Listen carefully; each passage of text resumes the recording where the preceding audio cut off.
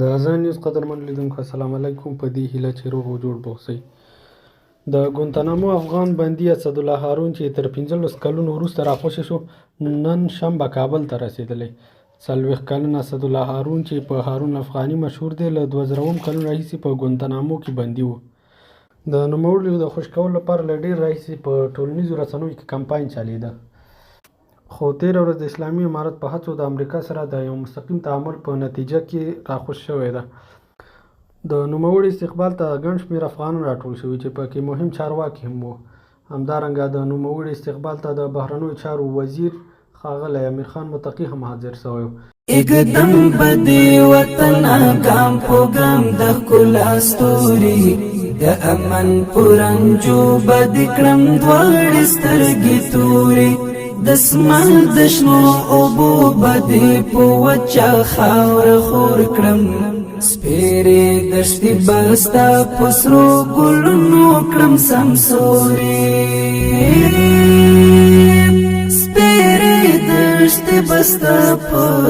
سرو ګلونو کړم سمسورې اقدم بدې وطن ګام په ګام د ښکلا ستوري د امن پرنجو بد کړم دواړې سترګې تورې د اسمان د شنو اوبو بدې په وچه خاوره خور کړم سپېرې دښتې بستا په سرو ګلونو کړم سمسورې سپېرې دښتې بستا په سرو ګلونو کړم سمسورې ساستا وسا ژوند دلته کلک ولاړ یم ژمن یم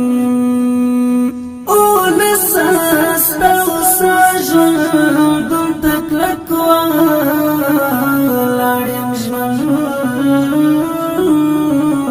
یم تکلک ولاړ یم ژمن یم نا خوال بدی نه پرېږدم په غېږه کې ستا نورې سپېرې دښتې بستا په سرو ګلونو کړم سمسورې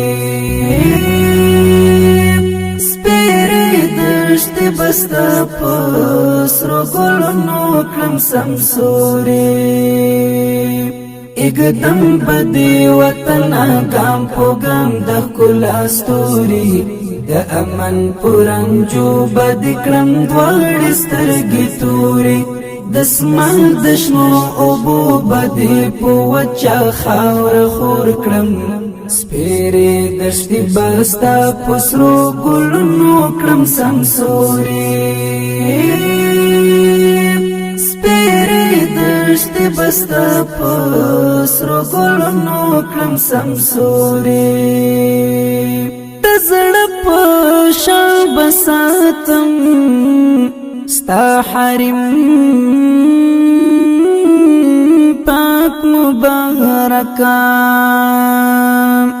زړه په شان بساتم